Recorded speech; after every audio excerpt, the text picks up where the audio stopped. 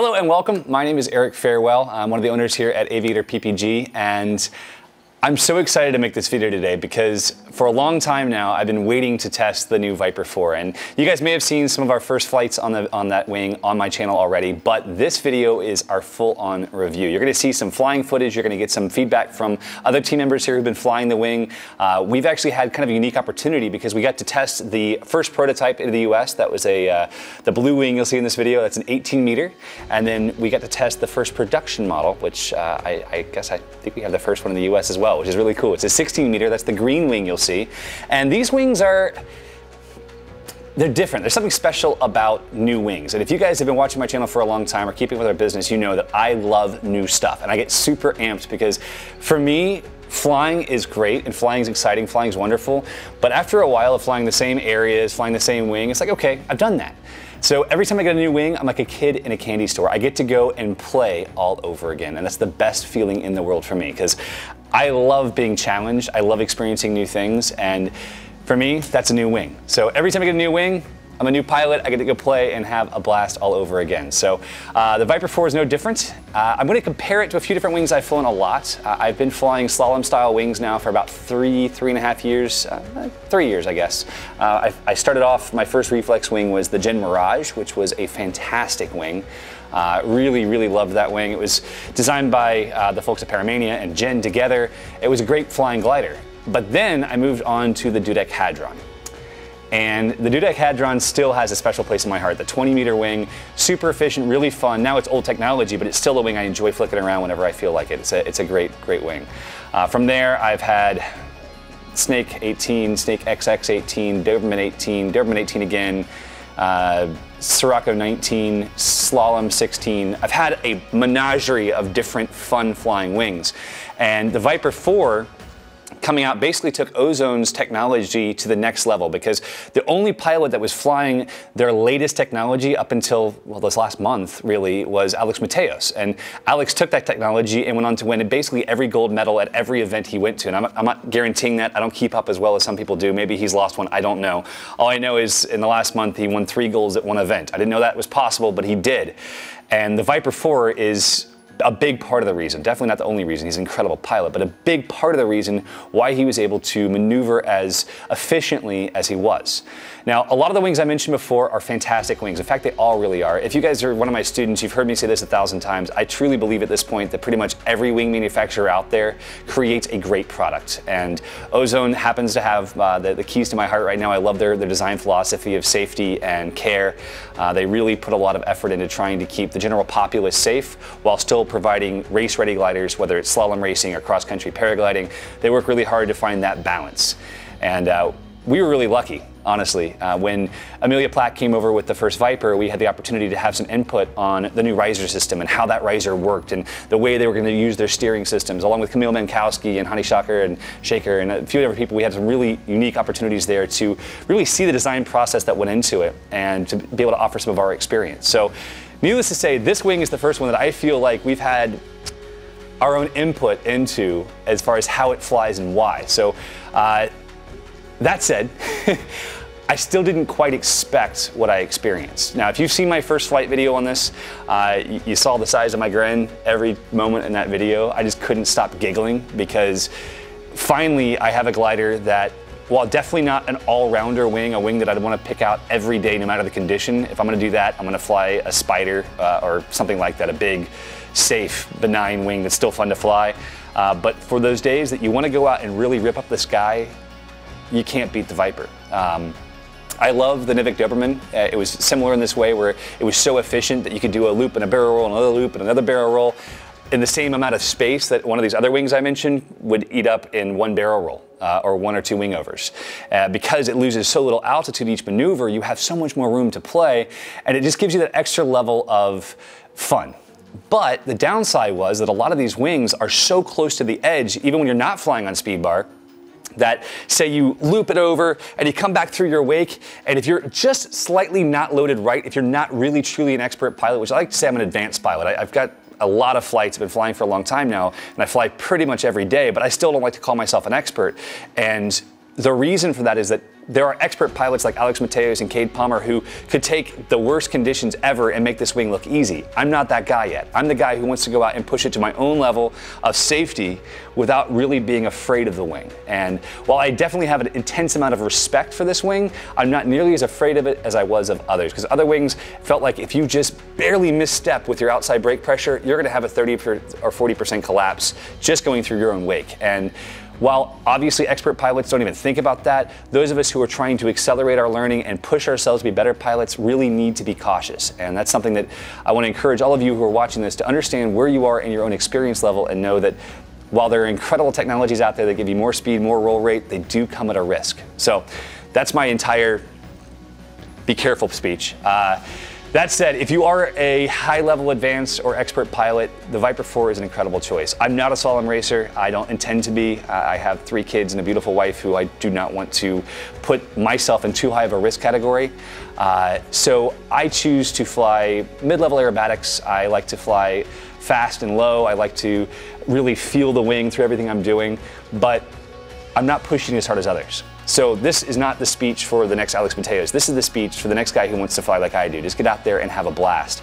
If you have, I'd say, 300 to 500 hours of flight time, you've flown other wings that are like this, you will be blown away. The amount of efficiency, the ease of launch is something that really blows me away, because my Sirocco, which I absolutely love, it's an ENC rated certified wing with super lightweight fabric that made it really easy to launch. Even downwind I can launch that wing. This is very similar because the added shark nose, so it inflates faster through those first few steps, and then the super lightweight fabric on the bottom skin. You have basically the same launch characteristics of a Sirocco with a wing that's smaller, that's faster, that rolls more, that keeps its altitude better in those rolls and loops because it has so much more efficiency. It's incredible. My experience with gliders is flying a lot of the smaller gliders, but not real small gliders. My wing of choice right now has been the Ozone Sirocco since October of 2015, which is a wing that I've completely fallen in love with.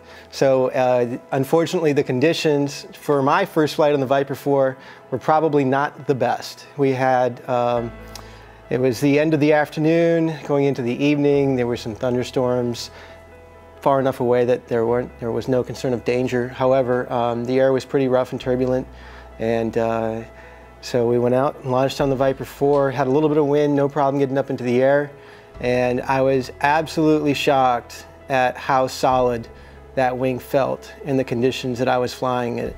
And I mean, I was just all smiles. I think Eric was on the ground filming me, and we were just looking at each other laughing as I tore this thing around our local field, and I was absolutely confident in doing low-level maneuvers with the wing within 30 seconds of being on it, even in that rough air. My second experience was actually this morning flying the Viper 4, and again, it was not the ideal conditions. I'm really looking forward to trying this wing out in some really smooth air. Eric has had that opportunity already, and he said it's absolutely amazing. But again, I was actually very surprised. Now, I did do a back-to-back flight this morning with the Viper 4 and the Sirocco. I flew the Viper 4 first, and I immediately wanted to get my 19 Sirocco out just to do a back-to-back comparison between the two wings and get that direct feel for what the differences were between the two wings.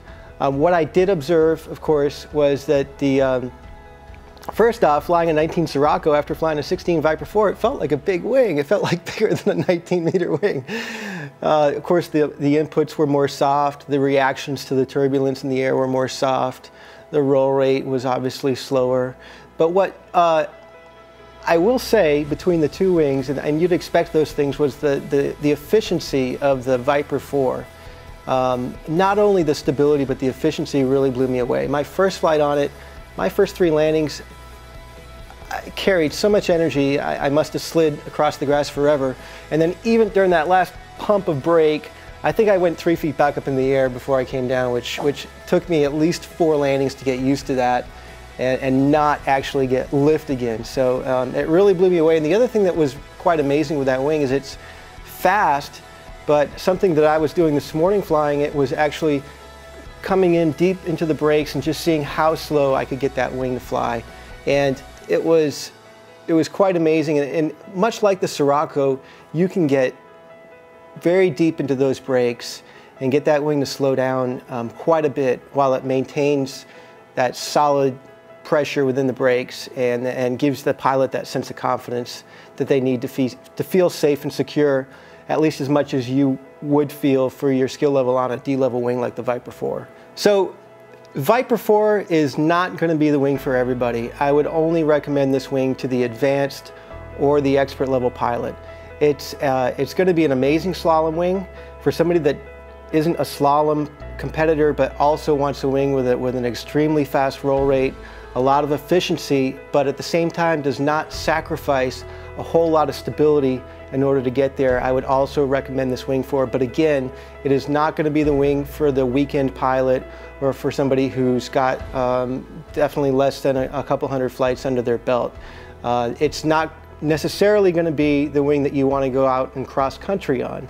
But if you're an advanced to expert level pilot and you're very good at active flying and you want a wing that you can just tear around the field on and then have a ton of fun, I would recommend the Viper 4.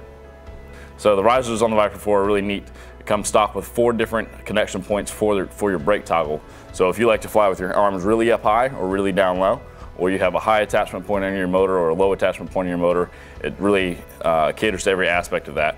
I like my hands right about the midpoint on the risers, on that mid pulley, so I can pull down. It's really close to my face when I'm pulling that tip, and can push out as far as I can with my arms when I'm pulling main brake, and it's really neat.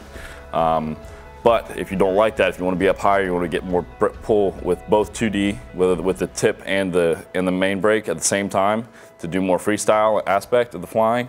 It's a lot of fun because you can pull a lot farther. My favorite thing about the Viper is that, like I said before, it's an all-around wing. You can be flying it for a cross-country wing because it's very efficient and very stable through the bumps. I would say it's more directed for slalom racing and competition pilots, and that's what the kind of flying I enjoy. But it's also got a very fast roll, and so for you guys that like to go out and do wing overs or barrel rolls or power loops, whatever it is, it's a lot of fun just to go up high and play. It's a good freestyle wing for that. For everyday flying, if I was going to choose one wing, it would probably be the Viper 4, just because it's so stable and you still have that really high energy and high efficiency as well. If you are in the market, definitely check out the Viper 4. If nothing else, come down and watch us fly. You can try out kiting one. We'd love to see your thoughts on what your favorite wings are as well. So as we're coming to a close in this video, please take a few moments to leave a comment down below or to send us a message if you want more information. We'd love to have your feedback. We hope you enjoyed this review. We always do our best to make sure that we're bringing our experience without being too pushy on any marketing side of things. And we are very excited about the Viper. We're very excited about all the new wings that Ozone's bringing to market, and we look forward to sharing more with you very soon. Have a great day. Bye-bye.